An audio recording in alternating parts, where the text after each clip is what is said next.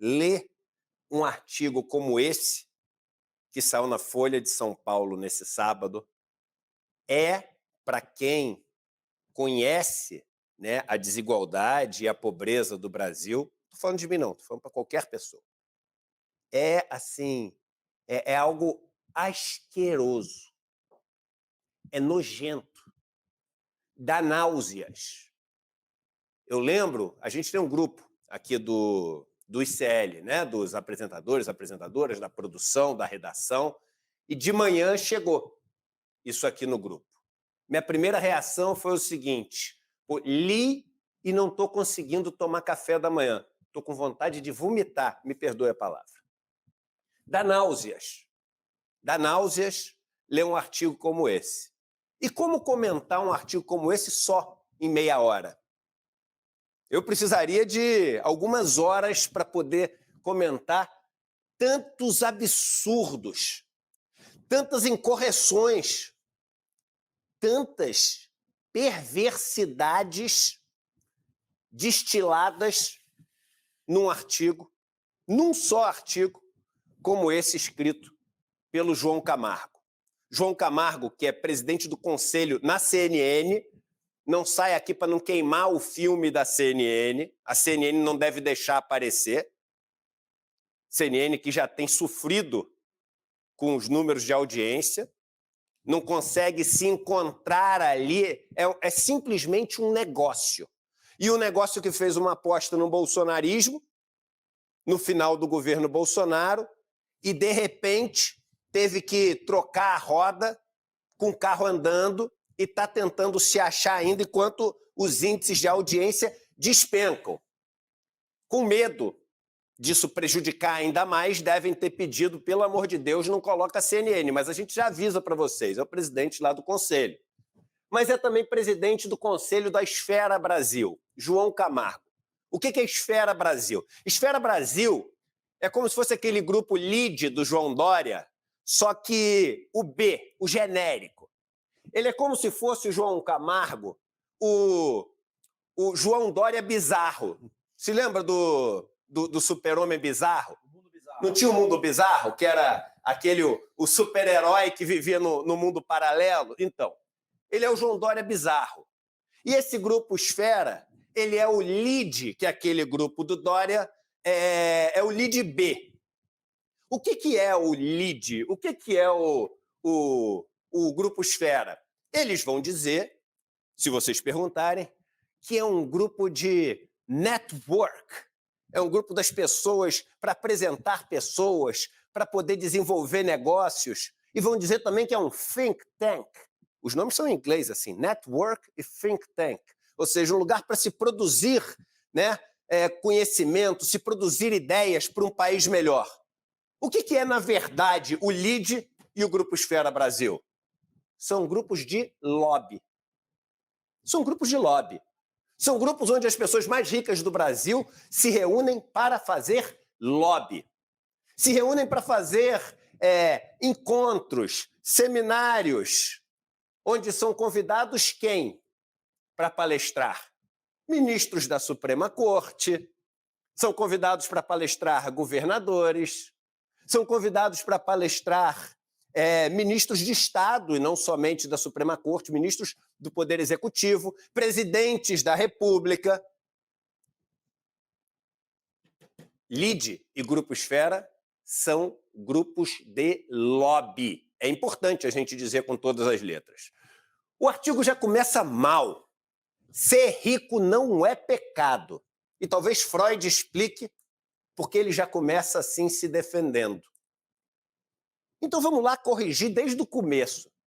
Porque William e Vivian, num país desigual como o Brasil, num país onde mais de 30 milhões de pessoas passam fome, sendo que o Brasil é o segundo maior produtor de alimentos do mundo, num país que tem as maiores reservas descobertas na última década de petróleo, que tem tantos recursos minerais, tantas terras cultiváveis, tanta água potável e convive com tanta pobreza, ser rico, tiro não, é pecado. Ser rico é pecado. Já que ele traz essa abordagem religiosa, a gente poderia começar trazendo aquele versículo bíblico famoso, Mateus, capítulo 19. É mais fácil um camelo passar pelo buraco de uma agulha do que um rico entrar no reino dos céus. E esse é um versículo muito simples de interpretar. O reino dos céus é um reino que é em tese, né? E existe toda aí a mística e existe todo o mito por trás do livro, mas o recado é o seguinte: o reino dos céus é o reino sem sofrimento. E o reino sem sofrimento, todas as religiões concordam nisso, é o reino do desapego. É o reino onde você não tem as paixões. É o reino onde você não tem essa incapacidade de viver sem. De viver sem o seu nome, de viver sem a sua reputação, de viver sem as pessoas que você se apegou, de viver sem suas roupas caras, de viver sem a sua casa. O reino dos céus é o reino do desapego. A riqueza, ela sempre existe junto com o apego. Então, quem carrega esses apegos não consegue entrar no reino dos céus. É tão simples quanto isso a interpretação desse versículo. Existe um livro muito famoso, as pessoas usam isso como expressão, um livro de San Juan de la Cruz, discípulo de Santa Teresa d'Ávila, que se chama A Noite Escura da Alma. Quantas vezes você não já ouviu? Ele está passando pela noite escura da alma. The Dark Night of the Soul. E a noite escura da alma é a noite quando, depois de morrer, você tem que passar pelo expurgo desse apego para poder entrar no reino dos céus. Rico significa apego. Mas eu trouxe aqui um outro livro incrível, já que o título começa com a abordagem religiosa. Um livro escrito no século IV, A Riqueza e a Pobreza, de São João Crisóstomo. Esse é um livro escrito pelo santo, que tem prefácio do padre Júlio Lancelotti. Eu escrevo a apresentação do livro e a orelha é de Leonardo Boff. Diz São João Crisóstomo, o boca de ouro, Crisóstomo em grego, boca de ouro, no século IV. Não vamos acreditar que aqueles eternamente devorados por uma cobiça insaciável, que sentem eterna sede pelo bem dos outros, possam dispor de uma perfeita saúde da alma, nem de abundância real. Rico não é aquele que reuniu muitos bens materiais, mas quem precisa de pouco. E pobre não é aquele desprovido de bens, mas aquele que tudo cobiça. João Camargo, sob a ótica religiosa, é pobre. É pobre. Mas é pobre até a última gota. Porque é aquele que cobiça os bens dos outros. Segue aqui São João Crisóstomo. Olha só, ele é na veia. Ele é no alvo. E ele não é de meias palavras. Olha o que diz o santo, William. Deixar de compartilhar os seus bens com os outros é roubo. Eu vou repetir a frase. Deixar de compartilhar seus bens com os outros é roubo, embuste e fraude. Não recuses ao pobre a subsistência. Recusar a subsistência é tirar o que pertence aos outros. Assim, diz o santo, aprendemos que, quando não demonstramos piedade, seremos punidos exatamente como aqueles que roubam. Ser rico é pecado. E aí ele começa a escrever um artigo que me perdoe a palavra forte, um lixo. O artigo é um lixo porque ele está incorreto. Eu já vou te dar uma dica. Toda vez, guarda essa dica você que está em casa. Toda vez que alguém vier falar com você sobre questão de tributação dos mais ricos, defendendo os mais ricos, dizendo que eles não têm que ser tributados, se ele vier no meio da história com a história, com o caso do Gerard Depardieu, é porque ele não entende nada do assunto. Toda vez que alguém vier defender os ricos, dizendo que se taxar os ricos eles vão tirar dinheiro do país, se ele usar Gerard Depardieu na argumentação dele, é porque ele não entende bulhufas. É porque ele não entende bulhufas. Quando eu comecei a ler o artigo, eu falei, só falta ele usar a história do Gerard Depardieu. Não tenho dúvidas que aqui no meio está o ator Gerard Depardieu, ou seja, o cara não entende nada do assunto. O cara não entende nada, de nada, de nada. Olha só, olha que curioso. Põe a primeira parte só para mostrar para vocês como o cara é absolutamente ignorante no assunto e a Folha dá um pedaço inteiro do jornal para ele escrever no fim de semana. Olha só. A semana começou com o anúncio de uma medida provisória que prevê a taxação dos chamados fundos exclusivos. Esses fundos exclusivos, só para você entender o que é rapidamente, é igual o fundo que você tem no banco. Sabe o fundo que você tem ação, que você tem renda fixa, eu não tenho fundo porque eu nem tenho investimento. Sabe aquele fundo que qualquer um que chegar no banco, você, Vivi, tem, você, William, tem, que tenha R$1.000, R$2.000? O fundo exclusivo é igualzinho, com uma diferença. Qual é a única diferença? Não paga imposto.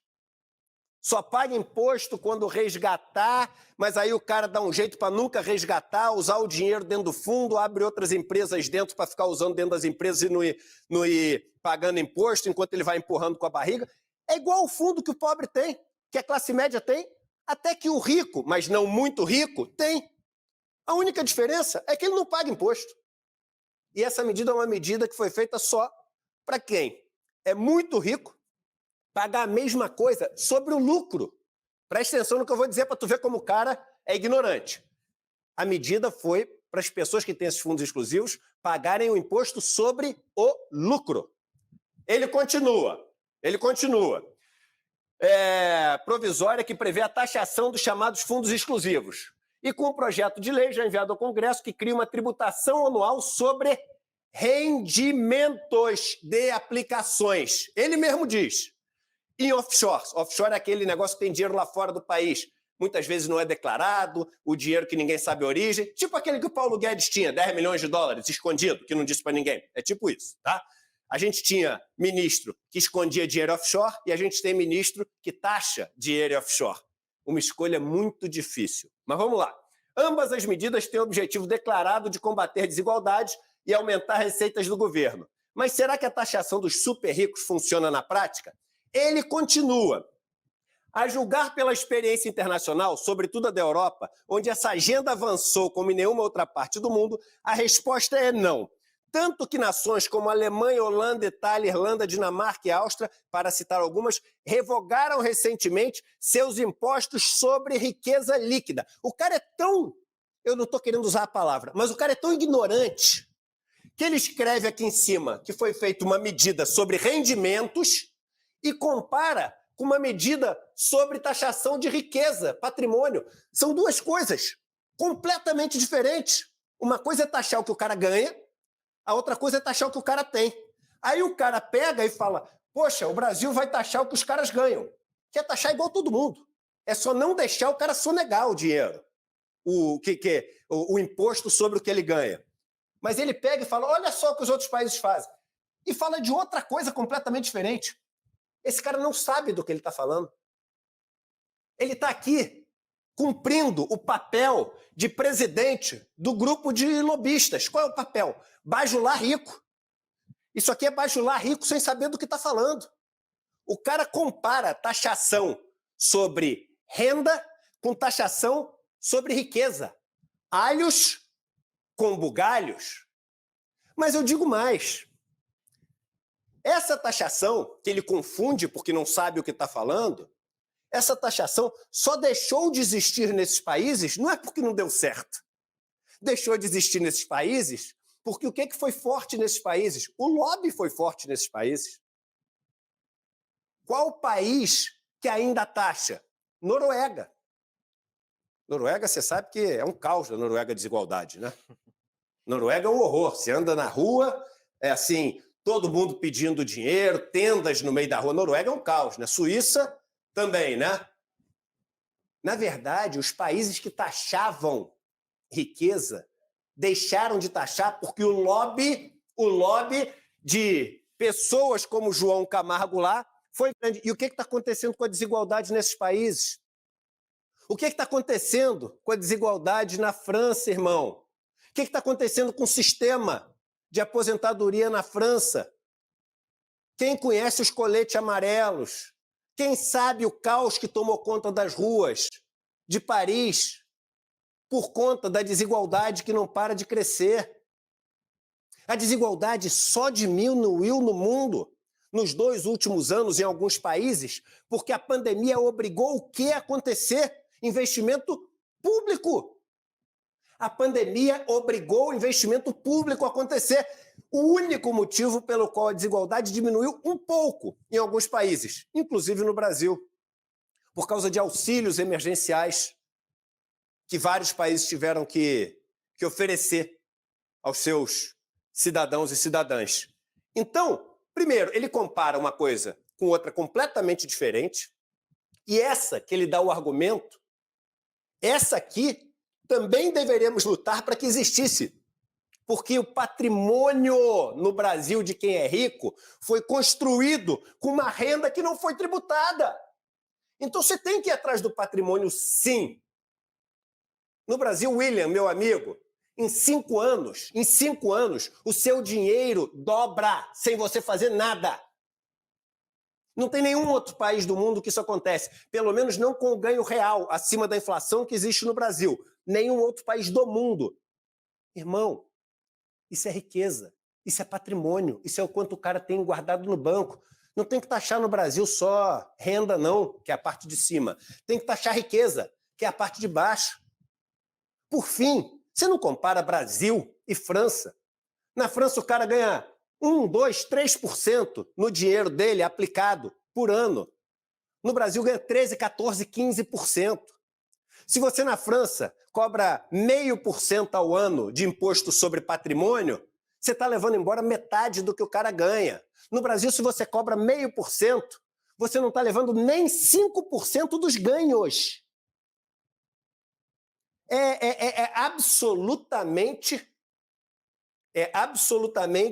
assim, sintomático o motivo da gente ter chegado até aqui. Ter uma elite tão despreparada, tão ignorante, tão, assim, chucra como a elite brasileira, como mostra o presidente do Conselho da Esfera Brasil e da CNN. Mas aí ele termina assim com um grande finale, com a pérola maior. No clímax, olha o que ele escreve no final. Olha o que ele escreve no final. A retórica que acompanha o debate sobre a taxação dos super-ricos é deletéria. Deletéria deve ter sido o ChatGPT que melhorou o texto dele e botou uma palavra um pouco mais difícil. É deletéria. O brasileiro que construiu seu patrimônio deve ser admirado como protagonista de uma jornada de sucesso. Eu estou quase vendo Joseph Campbell aqui na jornada do herói. Porque esse negócio, não parece que você está vendo um filme do George Lucas, um filme do Spielberg, ou o Rocky Balboa na sua jornada do herói. É o empresário brasileiro, é o rico brasileiro que construiu o seu patrimônio e deve ser admirado como protagonista de uma jornada de sucesso. É um herói. Ele não apenas representa um exemplo de realização, como contribuiu muito concretamente para o desenvolvimento nacional. É ele quem investe, é ele quem empreende, assume riscos, inova, cria riquezas, gera emprego e paga enormes somas de tributos. Ele é peça fundamental da máquina que produz crescimento econômico. Você tem um altar na sua casa com uma foto do Jorge Paulo Lemann? Você tem? Tem um altar com a foto do Sicupira, do Marcel Telles? Aqueles que deram um golpe agora, uma fraude, a empresa deles. Não é eles, é a empresa deles. Ok, tá bom. 50 bi. A fraude. Tem gente que diz que é 40 bi, tem gente que diz que é mais de 50 bi. Uma das empresas que já descobriram até agora. Onde é que eles estão?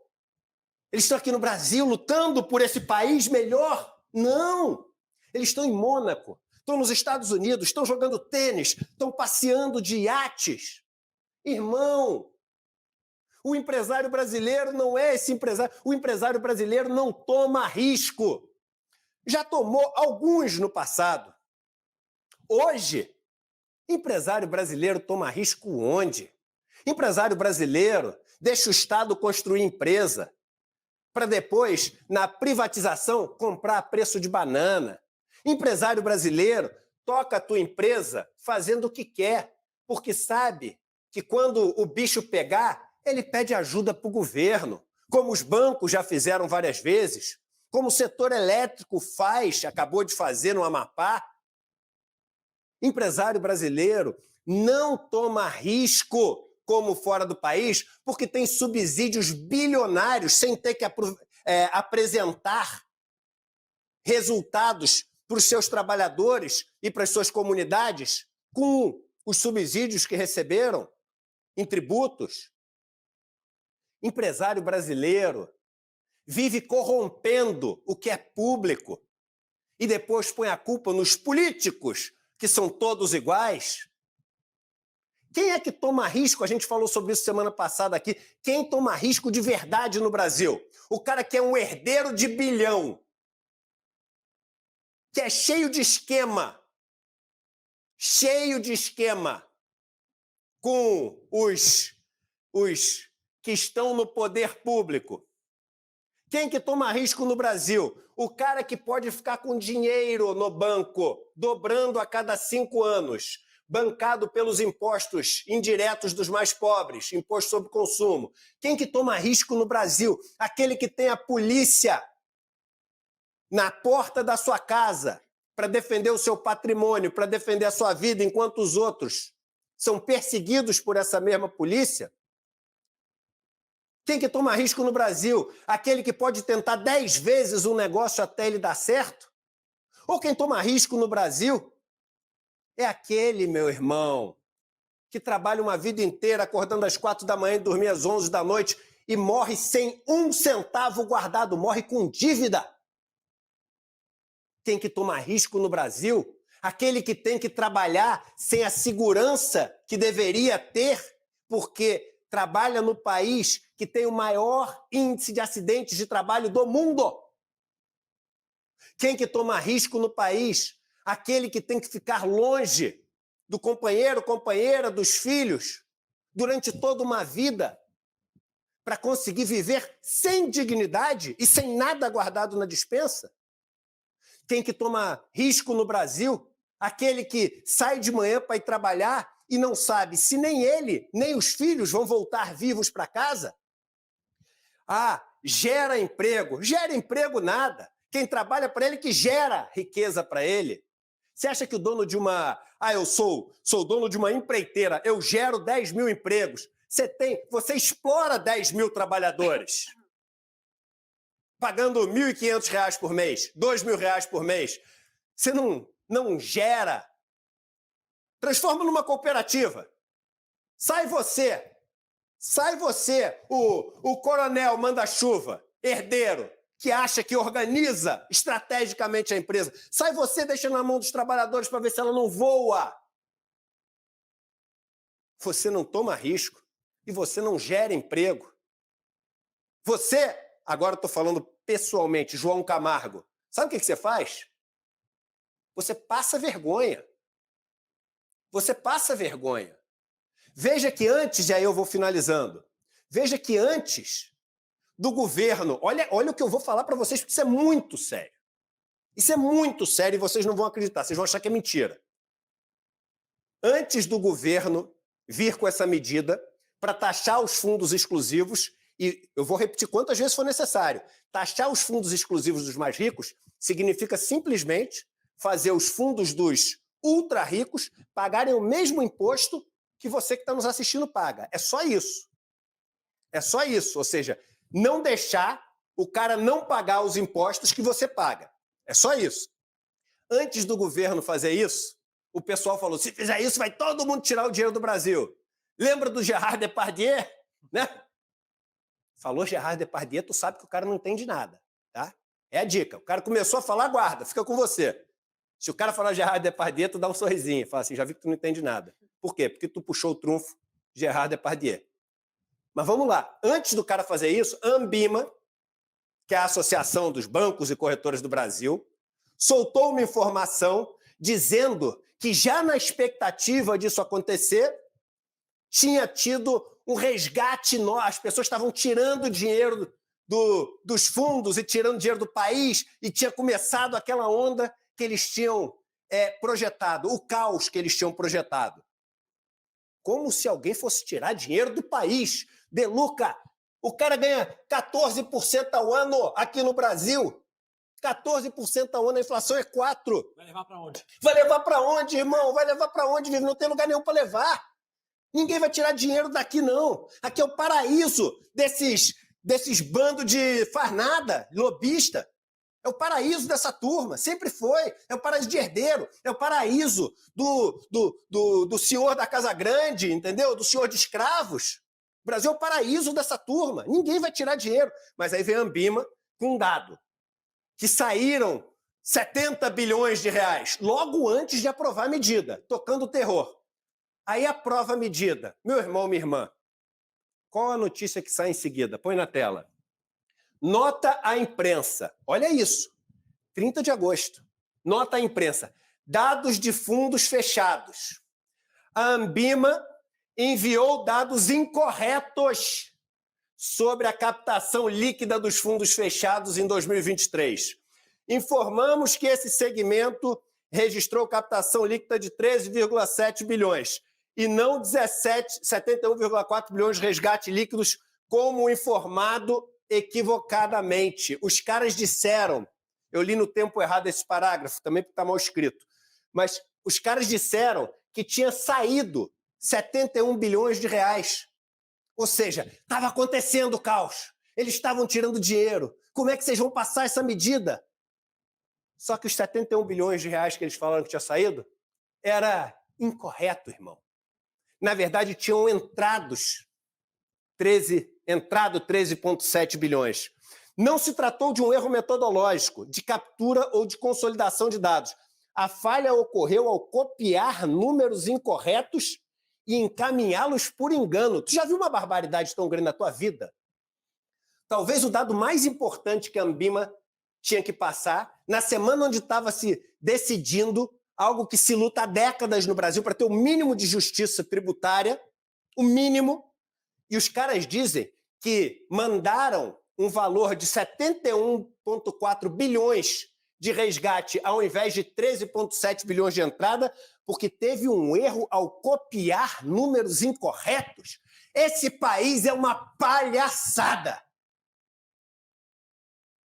Esses ricos, e aí eu vou chamar, e quando eu estou falando rico, não estou falando, irmão, de novo. Estou falando de ninguém que tu conhece. Pronto, assim fica mais fácil. Não é ninguém que tu conhece. Estou falando dessa turma que se reúne para fazer lobby. Estou falando dessa turma que se reúne para saquear o Estado, para sequestrar as estruturas de poder e te enfiam pela garganta que você tem que ter um altar para ele, que ele é um herói, que ele gera emprego. Eu estou falando, e aqui essa ira é verdadeira, irmão. E eu quero te passar essa ira.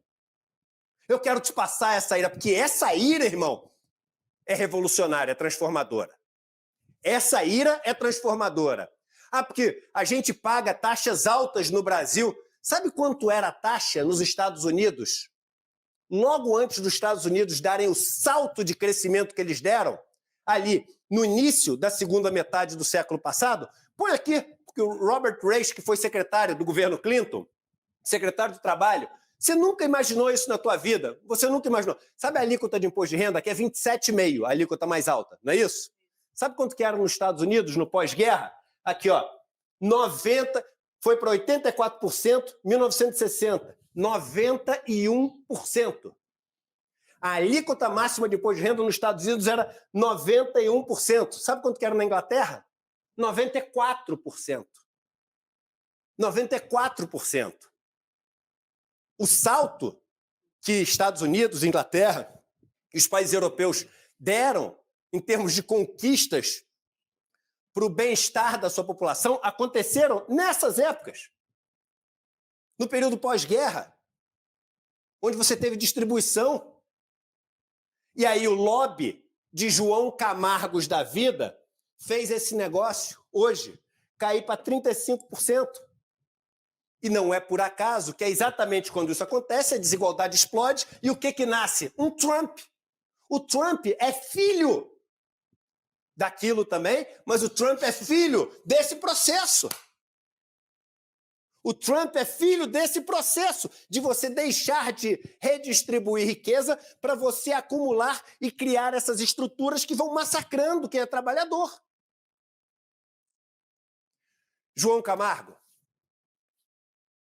o seu artigo é uma vergonha, mas ele é importantíssimo para a gente entender. Põe um artigo de volta aqui, por favor. O seu artigo é importantíssimo para a gente entender, primeiro, como quem é rico, muito rico no Brasil, é chucro e não tem a menor ideia do que está falando. Você consegue, nos 2 primeiros parágrafos, mostrar que você não entende nada do assunto e dar o selo de qualidade quando fala do Gerard Depardieu, mostrando que realmente é um ignorante total no assunto. Ele é